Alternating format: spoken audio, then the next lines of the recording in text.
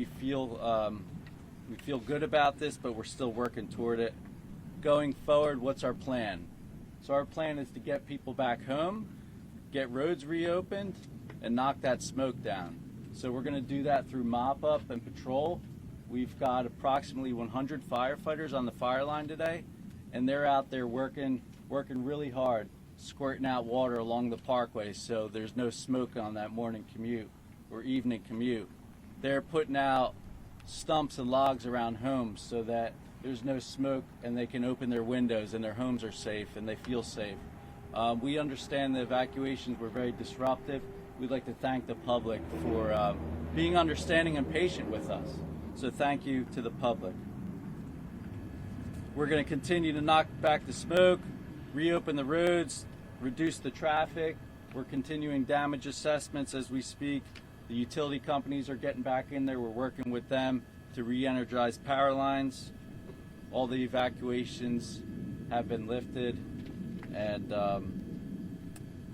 there only remains Route 532, which is Wells Mills Road, closed, and Bryant Road, which is a local forest road, is currently closed. Thank you. Mayor?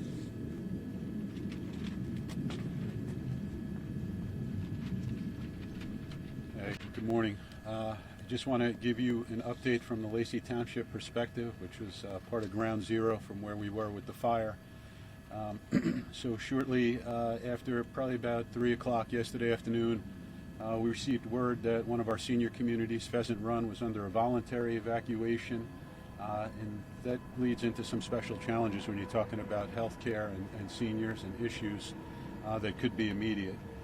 That became mandatory evacuation. We set up a makeshift shelter at our community hall at 15 East Lacey Road, but we had no power. We had no cots, we had no nurses, we had no emergency provisions. But for our upper echelons in the county, Sheriff Mastronardi, Mike Fiore, and of course our Board of County Commissioners, we were able to load the seniors up and assist them get on the bus and bring them to a shelter that was very well prepared. And that was at Manchester High School, some 35-minute drive away.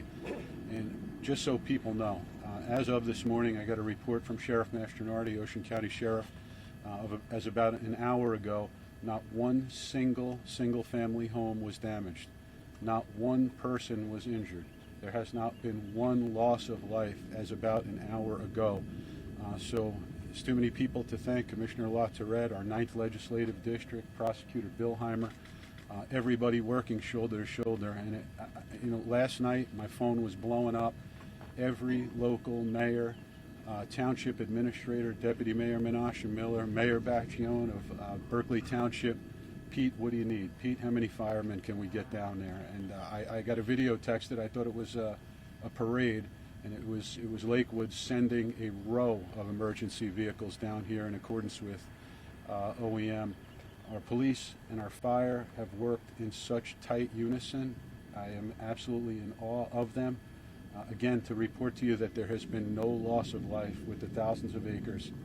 Our township, and I'm just the face of our committee on behalf of all of us, with all of these gentlemen and ladies behind me, who are very high-ranking officials. I'm extremely grateful to be a small link in that chain and to provide these services to our residents. God is good, folks, and thank you all. Thank you all for this assistance. God bless you all. JCP&L.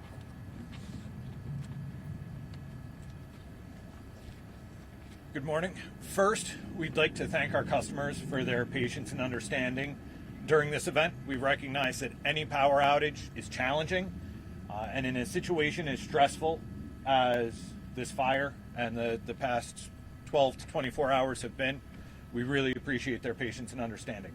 We also want to recognize the Forest Fire Service and their fire command. We work with emergency management personnel on the municipal, county, and state level every day. We've been in close contact and coordination with the fire command since we were notified of this fire early yesterday.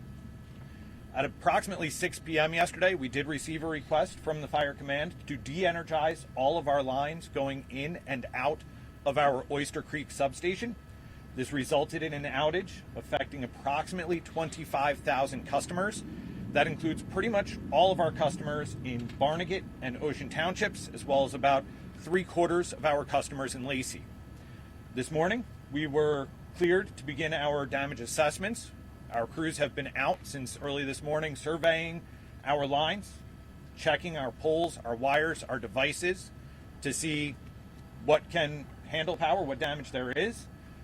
And we will begin the restoration process as those surveys are completed. At this time, we do expect that our customers in Lacey, approximately 6,700 customers, will be restored early this afternoon. Our remaining customers will be restored as those surveys are completed. We have been proactively communicating with our affected customers throughout this process. We continue to do so. We encourage any customers that are affected to follow the updates on the outage map on our website, jcp-l.com. And if they have not already done so, register for our text alert system. They can text REG, R-E-G, to 544-487. We will provide ETR updates, restoration timing updates, via the text alert system. And even if customers are not affected, we encourage them to go ahead and register for that system, as you can report outages via text messages, receive outage updates, even check your bill via text message. Thank you. All right, so we're going to do questions now. Like I stated earlier, we're going to start from the left and go to the right. Please raise your hand and we'll go down the line. This is for anyone. You talked about you guys expect the number of acres burned to grow and for this wildfire to be the largest in New Jersey in the past 20 years. Can you just speak to the difficulty of that and what firefighters are facing as the days go on? Sure. So it may be the largest in 20 years based on how we are anticipating the fire movement. I'm sorry. Sorry, I was responding to the questioner. How dare I? Let me respond to the cameras. As I had mentioned before, we are anticipating the fire to grow from beyond the current estimate of 11,500 acres at 30% containment. And that is because this is still a very active fire. And there are burnout operations that are ongoing. Trevor could step up and explain that a bit more to you. But as we continue to get this under full control, the expectation is that that number of acres will grow, and grow in a place that is unpopulated, that is more open wilderness. But in order to fully contain the fire, more burnout operations are necessary, and that will likely increase the overall acreage. Trevor, do you have anything to add? No, you got it. Commissioner. I want to follow the rules and go this way. I was just wondering if anyone could speak to the amount of mutual aid coverage that has been assisting with the fires. Well, I know that we've had. Don't make those guys mad. Yeah. All right. I know last night the local fire departments, through their county coordinators, pulled the trigger. And there were fire departments here from Gloucester County, Camden County, Burlington County, obviously all of Ocean County, and Monmouth County. So those folks provided mutual aid to the local fire departments, and their equipment was utilized to either fill our trucks with water, or we had them in places where homes were threatened, and their job was to be there and protect them homes, so in the event something did go wrong, they were there to deal with it. So the exact number, I would say it was hundreds of fire trucks, without a doubt, here. Everywhere you looked, there were resources from counties throughout southern New Jersey.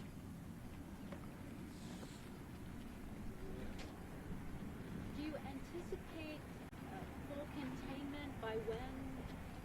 Is there an idea? So the question is about when we can anticipate full containment.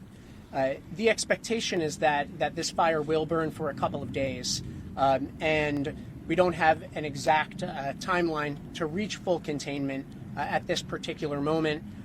Trevor or Bill, did you want to offer any potential estimates of what you think based on your past experience? Well, Based on the weather that we're dealing with right now, humidity's down, and we have these breezes, temperatures are up. I do believe this fire is going to continue to burn, especially in some of the low areas, up probably until we get some precipitation. So based on the forecast, it looks like Friday night into Saturday, which realistically is only a couple days away. If that does in fact hold true, I tend to believe that we should have this fire contained by the weekend, as long as we get the precipitation that's forecasted.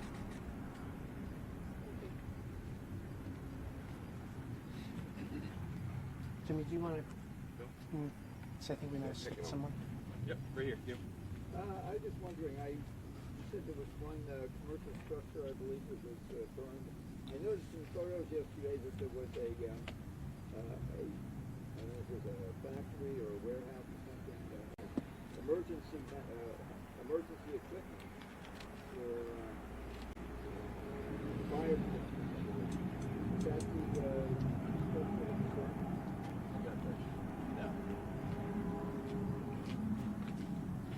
Yeah, I could answer that, sir. So that was in the southern part of our town, Lacey Township, in the industrial park. Yeah. And that was Liberty garage door and awning.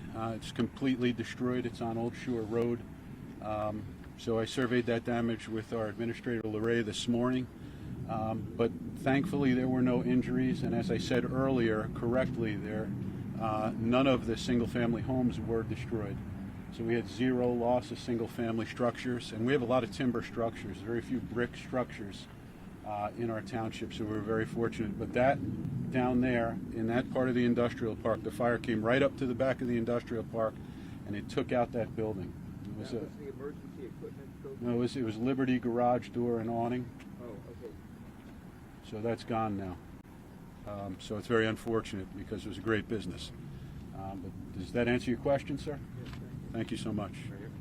We have crews that have seen like small fires along the Parkway over by Waretown and Fork River. Is that something that we're kind of watching? Anything that could get in the way of drivers or Yes, it is something that we're watching. I'll ask Trevor to come up and explain operationally how that's being handled, but it is being watched throughout the day, and folks are responding to those reports. While I was on the aerial surveillance flight this morning, I could hear all of the first responders overhead responding to those individual incidents as they're reported. Trevor, do you want to explain that a bit more? Sure, thank you, Sean. So yes, we are mopping up along the Parkway. So what that means, there's lots of embers, lots of trees on fire that might have been dead in the past, so they might be more on fire than others. So they're no threat to the line, they aren't a threat to containment, but we are actively out there knocking down the heat, knocking down the smoke, so that along people's commute, that it doesn't disrupt them. There's not going to be any traffic concerns or road safety concerns. You talked about several failed measures in the beginning when the fire first started. How unusual is it for that to happen over and over again? And is that directly attributed to the weather and then the conditions we saw yesterday? So this fire, it was a dangerous wildfire moving quickly. It's pretty extreme conditions right now. Spring fire season, April 20th is about the peak of spring fire season. And here we are at the 22nd. It started, today's the 23rd. We're right at the peak. It doesn't get any worse than this date in history in New Jersey. So that, coupled with the drought, coupled with the low humidity, winds, nice sunny weather, it just made for a difficult firefight. Commissioner, there's been some criticism from members of the community about what they say is insufficient information. How are you all informing the community as to what was going on, and why are we just having a news conference now? So I want to just backtrack a bit to Trevor's explanation of this fire. This fire was incredibly dangerous, and particularly in the late afternoon and into evening hours last night. It would have been a mistake to invite the press into that environment, and our focus needed to be, in order to save lives and property, on the immediate response. in coordination with the county of Ocean, in coordination with OEM, and through our outreach channels as well, information was being consistently provided. And I would encourage every resident of the state of New Jersey to follow the New Jersey Forest Fire Service on any media channel that is familiar and comfortable to you, whether it's on X or Facebook, so that you are getting the real-time updates, because they go right there, right away. But no, a media briefing was not offered last night. It frankly wasn't safe for us to bring folks into that area. And to relate back to Trevor's point about the behavior of the fire, its heat and its activity, this being peak wildfire season, as the Forest Fire Service plans its approach to containment and to suppression, there's a strategy of, can we stop the fire at this location, and if that is unsuccessful because of the fire's behavior, we adjust course so as to contain it at another location. Would be the way to describe it. Sometimes that's in accordance with fire breaks that exist. Sometimes that's in accordance with roadways or water bodies that provide a natural fire break.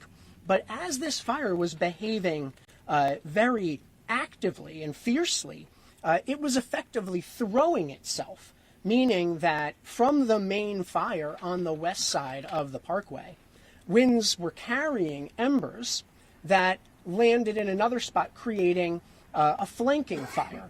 And so folks may have experienced on the ground the existence of multiple fires. It is all a piece of this wildfire, but those conditions of the throwing embers, of the spotting, would cause us to keep our focus on containing those conditions and providing updates through the media channels that we do. Well, when you say real time, the one last night was at 11 p.m., and so that's where the criticisms came from, that they didn't have anything overnight until now from the New Jersey Forest Fire. Yeah, I understand. I understand that reflection. In the early morning hours, we're up in the air surveying once we have the daylight to be able to provide the best information. As of around 7 a.m., OEM was providing updates about the sheltering through its media channels. The Garden State Parkway opened up around 5:30. Those pieces of information were being provided as they were available, as those decisions were made. With respect to the overall, here's the number of acreage, this is the containment, we've got to get out and do those investigations while we have the daylight. And so this is a function of that.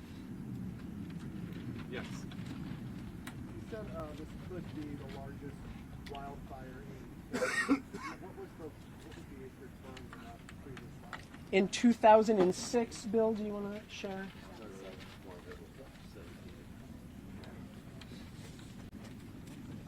Right here, the area we're standing in, 2007, we had a 17,000 acre wildfire that came across 539 as a result of a military exercise. And that fire went from 539, actually from the bombing range down there, if anybody's familiar with that, all the way to the Parkway and down to Route 72. So that there was a 17,000 acre fire that occurred 19 years ago. So if this one isn't the next 20 years, it's probably the 18 years. Trish? We know from previous reporting that this areas like this can be particularly challenging because they're heavily wooded but also heavily populated. Maybe we talk about the challenges in navigating that with so many people and so much infrastructure in the area, and also is anything being looked at in terms of wildfires and future planning and future development of this area, and future preservation to mitigate situations like this? Sure. We find ourselves in this very fire at the wildland-urban interface, right? That place where the open wilderness meets our developed built environment. And that place, that interface, is a highly risky place. And there are a number of ways to address and reduce those risks. Earlier this year, at a roundtable that the governor hosted, which Senator Amato, right behind me, was with, and is an outstanding supporter of the Forest Fire Service, we launched the New Jersey Wildfire Smart campaign, which has a number of different components. You can find that right on the DEP website at dep.nj.gov. Part of that has to do with helping individual property owners understand and reduce risks of living along that wildland-urban interface. How can they characterize those risks? What specific actions can they take around properties? Same true of commercial properties at that interface as well, right? That type of risk mapping and advice for how to reduce those risks on private properties is available right on our website. In addition to providing public education, guidance, and advice of that planning nature, we are also investing in fire suppression, the creation of more fire breaks. There are a couple of very recent projects to reduce those risks that the Forest Fire Service and our Division of Forestry have completed that we could certainly talk more about. But there's no one silver bullet, if you will, right? It's a network of strategies, a network of solutions that need to be pursued concertedly and across every level of government. And we're fortunate, here in Ocean County, that the county takes fire suppression, fire safety so very seriously, and we're grateful for their support as well. I don't know if Assemblyman or Senator, if there's folks from Ocean, and folks or points you want to share on that from a county perspective. The Sheriff's Department is assisting our local agencies, providing patrol and traffic functions and coordinating with state OEM. Our OEM is also coordinating with our sister agencies and doing whatever's provided. We are putting out equipment, all the equipment that's necessary that we're able to provide, and asking the state for their resources as well. But everything is coming together nicely. Can't commend the efforts of the firefighters enough. It's just been a tremendous response from the state, and all our local volunteers have been phenomenal. And the fact that there's no loss of life and no loss of homes and residential structures is just a phenomenal compliment to their efforts on this scene. Thank you, Sheriff. Wayne, did the total number of evacuees exceed 3,000 as listed last night? And then for JCP&L, forgive my ignorance on this. What was the need to cut power? Like, what would the danger have been to leave it on? We'll ask JCP&L, and then we can ask OEM to advise on that evacuation. So the request to de-energize the lines in and out of Oyster Creek substation was for the safety of the fire crews that were... One second.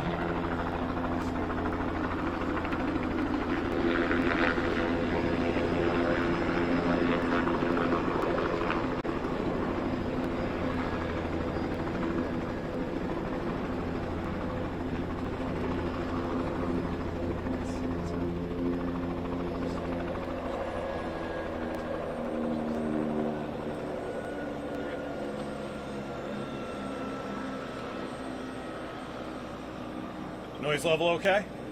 All right. So the request to de-energize those lines in and out of Oyster Creek substation was for the safety of the fire crews on the ground. Those are high voltage lines that go in and out of that substation.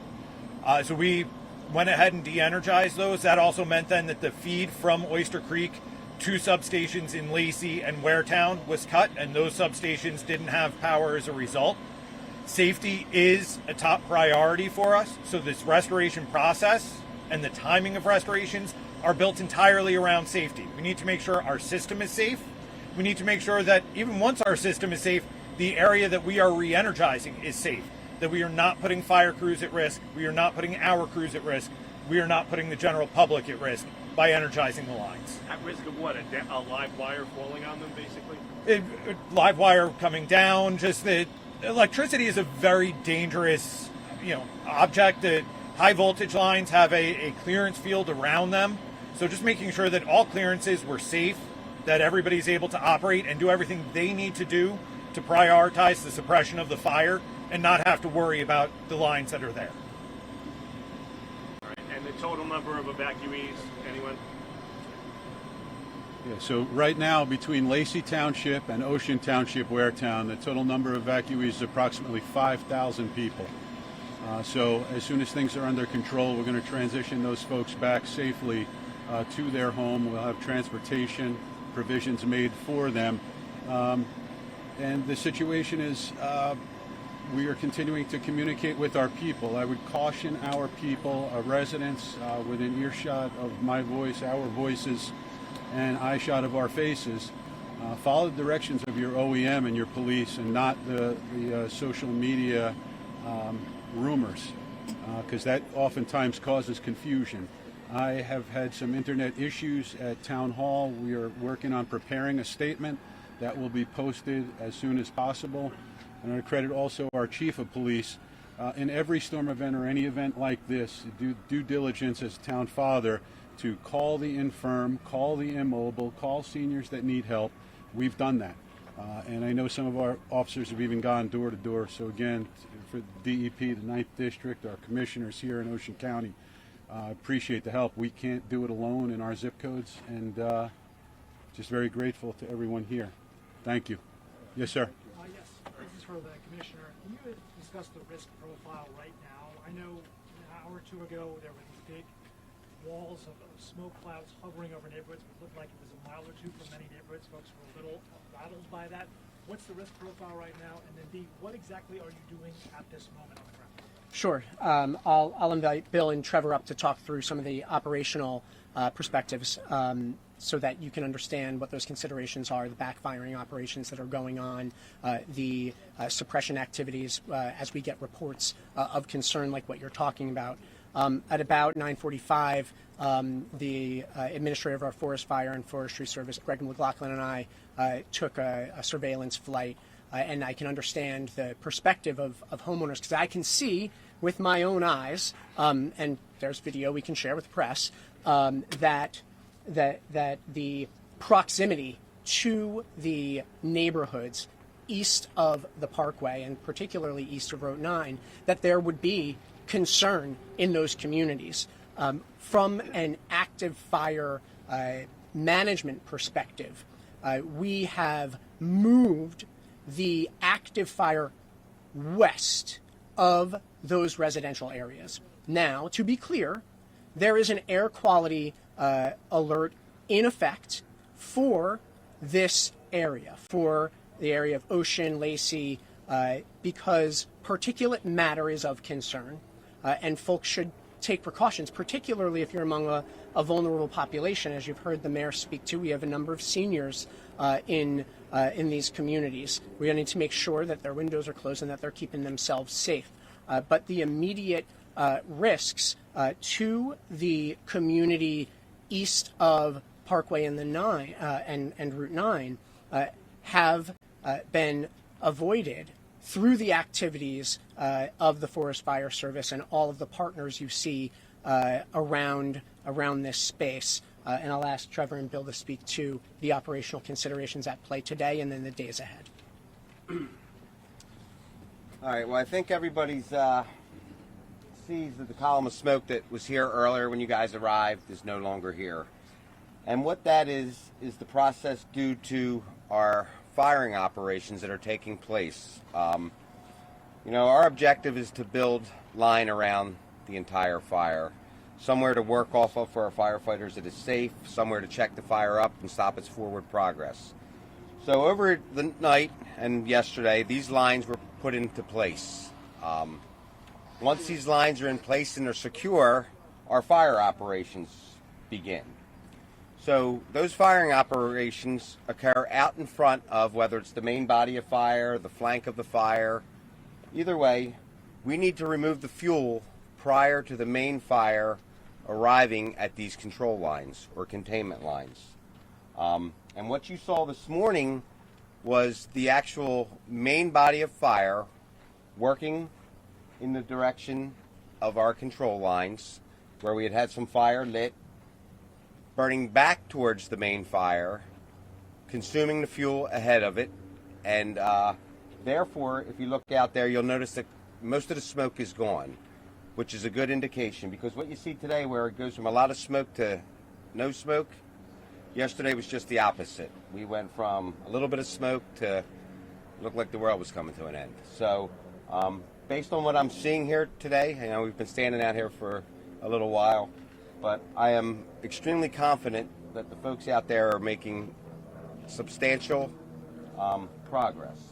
Now that's going to continue to burn. There's going to be little pockets of fuel that need to be consumed, and once we feel that all that fuel's been consumed, like the commissioner was talking about, that's what's going to up our total number of acreage. The area of the fire is not necessarily going to expand. It's going to be the total number of total amount of forest that's consumed. So what you're seeing now is the smoke's disappearing, which means that our techniques are working. You know, there's going to be little pockets, and therefore that's going to keep us from actually containing this at 100%. But I think based on what I'm seeing here, the containment should start to rise up, and definitely a good indication that the crews out there are making progress with this. Questions this way? Good, thank you. I have a couple. So I think that you addressed that there have been no loss of life. Is there anybody at this point, though, however, that is at least unaccounted for at this time? Not that I am aware of, Mayor. No. And none is reported by the mayor as well. And then I have two follow-ups. I think you might have addressed this before, Commissioner, but I thought I overheard somebody ask about the Parkway. Is there still a chance that the Parkway could be shut down again? And then also, one of my coworkers had been hearing online or another report that there was maybe a half dozen unhoused that were living in the woods that might have been displaced because of the fire. Can you confirm that as well? And if so, can you elaborate a little more on it? I'll ask Trevor to come up and identify any issues with unhoused populations or campers that may have had to have been evacuated. With respect to the Parkway, right now the Parkway is open. We're working on the movement west of the Parkway, as Bill just explained, and we're keeping our eyes on the area that is adjacent to each side of the Parkway as well as the median, to make sure that anything that may pop up is handled immediately and doesn't become a greater problem. Is there any indication now that there could be a possible closure though later, or is it at this point it's safe to say that like the fire is enough away from the Parkway that it doesn't appear that could be the case? It would be irresponsible of me to tell you the Parkway wouldn't need to be closed if the fire suddenly begins changing its behavior different from what we see right now. You just heard the chief of the Forest Fire Service explain that he's confident with respect to the techniques being deployed and the wind direction and the wind speeds are in our favor today. So we're hopeful and we're confident, but I'm not going to tell you there's no chance, because wildfire is risky, right? Really, really risky, and it can change suddenly. I'm thinking of the challenges between, it's already dry conditions already, and then of course the weather. What are the overall challenges as far as trying to figure out a cause right now? The cause is under investigation right now, actively. How challenging is it to try to get closer to finding out the reasoning behind the fire because of the conditions, and just you're already dealing with dry land as it is, and then just a quick hit of rain recently? Yeah, no, the drought conditions in the state of New Jersey are serious, and deeply serious, quite honestly, and particularly so in the southern half of the state. And that's only likely to that is likely to persist for months ahead. And the recent rains have been welcome, right? They've helped restore some reservoir and stream flows that we need for drinking water, but it hasn't solved for the dryness that has characterized this area and worsened in recent years. So that is a continuing risk. With respect to the investigation, I think that we can do multiple things at once. Look who you have around this space. The state police, the OEM, the DEP, and all its units, the Ocean County prosecutor, right? It is under active investigation. Sorry, I was going to say, can I piggyback off that? Can the forest fire say how you guys will go about determining the cause just next time? Okay, let's hold the question on cause. That way we get back around to everybody who's asked a question. I was just wondering if you could just address I had asked about any kind of unhoused populations in the woods. Can anybody elaborate if that's the case or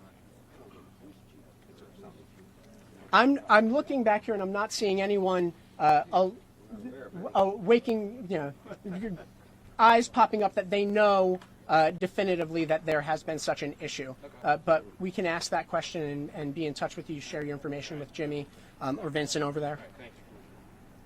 Amanda.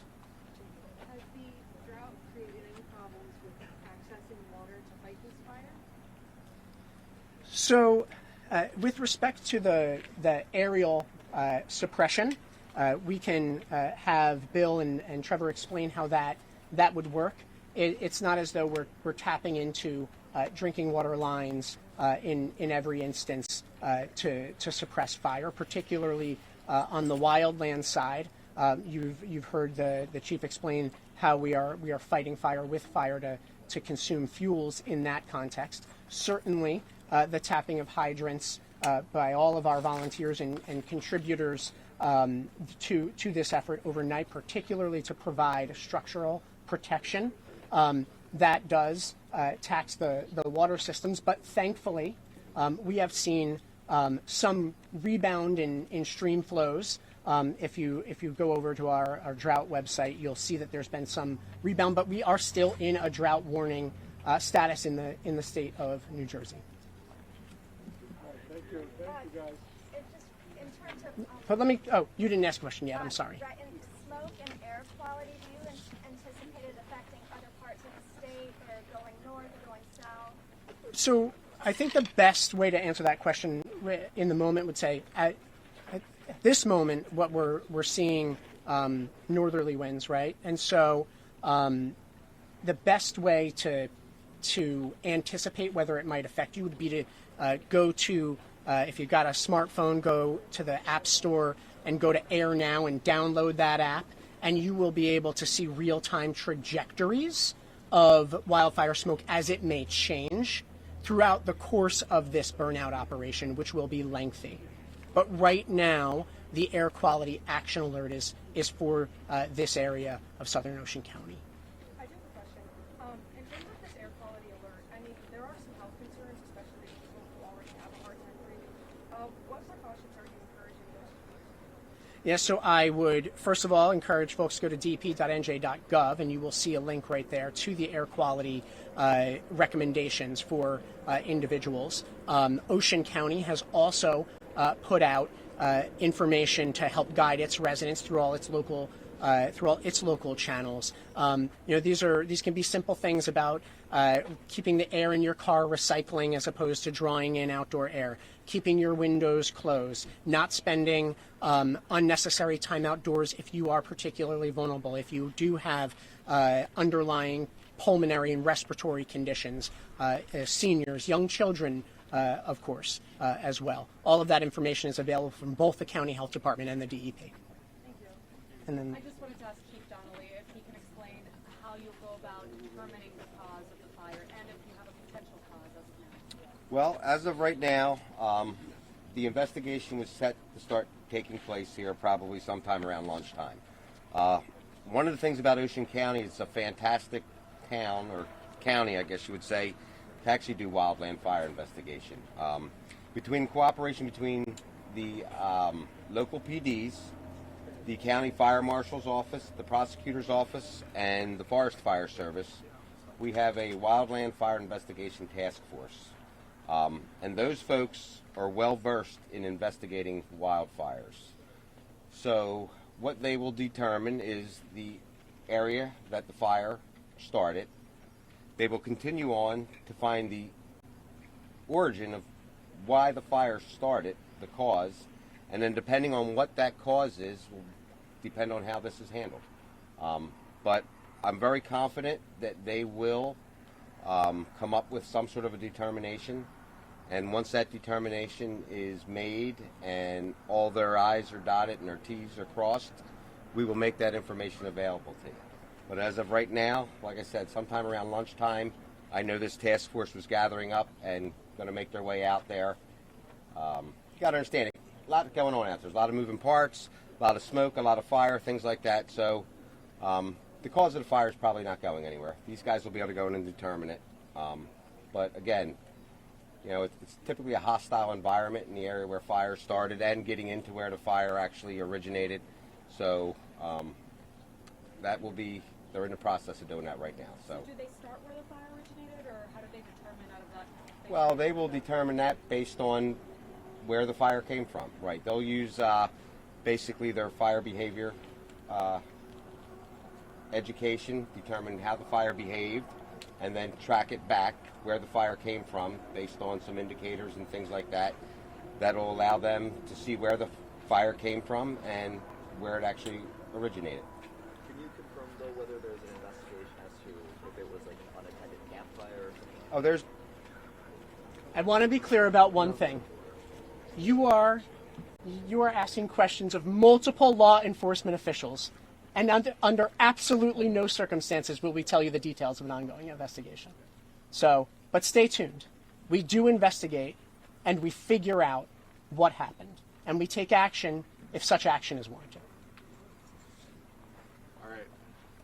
I think we're good. I'll take sideline questions from anybody who may need them.